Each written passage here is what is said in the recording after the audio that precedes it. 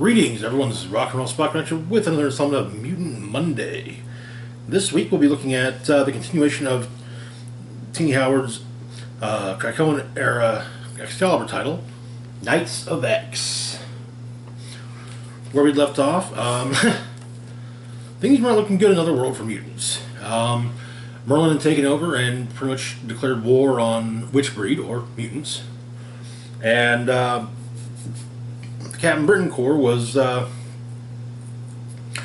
basically doing what they could to stave off Merlin's forces.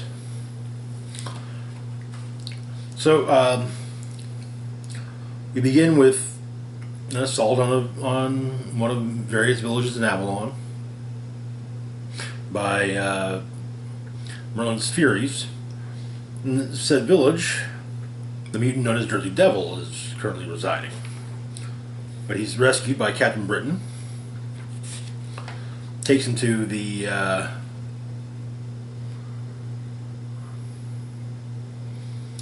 floating kingdom of Roma, where Saturnine and the Captain Britain Corps are. However, it's not the 616 Betsy that saved him, but a different one. The 616 Betsy is dealing with Saturnine and realizes she needs an army, so she goes to talk to Roma. Roma doesn't have an army to give, though, but she will offer some assistance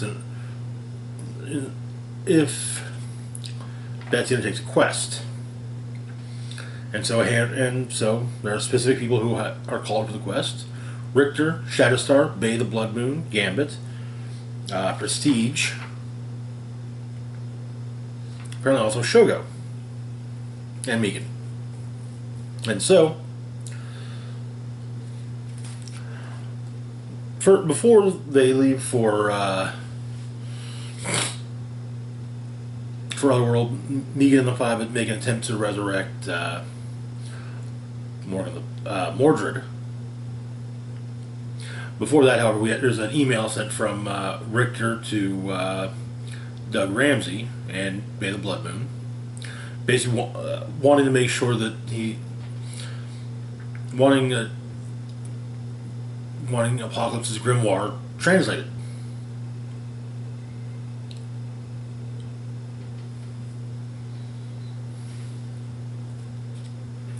The resurrection of Mordred doesn't take. And so our heroes head into Otherworld. Jubilee, of course, opts to take Shogo. However, Jubilee does not transfer to Otherworld. That said, it seems that Arthur has put together his own force.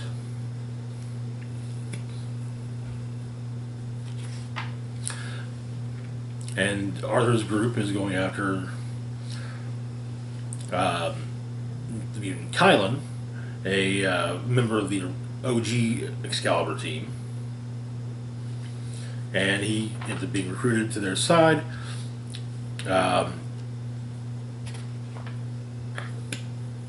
Shogo helps take on the Furies, and Arthur, during the assault, is given pause as a new knight enters the field. The new knight is revealed to be none other than Mordred, who offers his services and his sword to Betsy, though it's a younger Mordred, unaware of his fate. But a bolt of lightning strikes the ground, leaving an X. And apparently, it seems that what Roma wants recovered is the Siege Perilous. And Merlin is riling up his people against the mutants, and that is where the issue ends. It's a good issue, good first issue. So I mentioned this in the roundup. I'll bring it up again, though.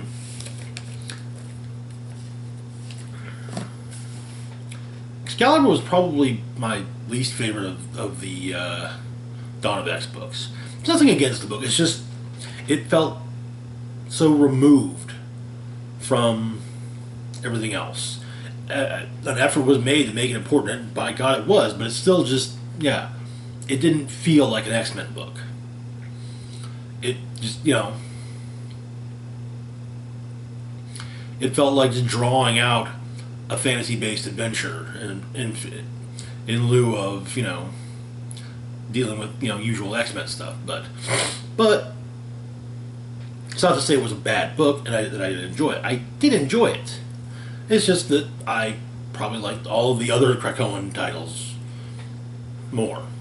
And this at least feels a little more like an X-Men book.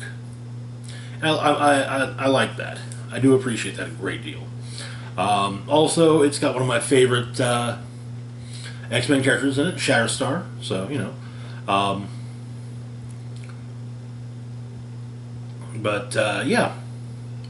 So it should be interesting to see how everything goes down in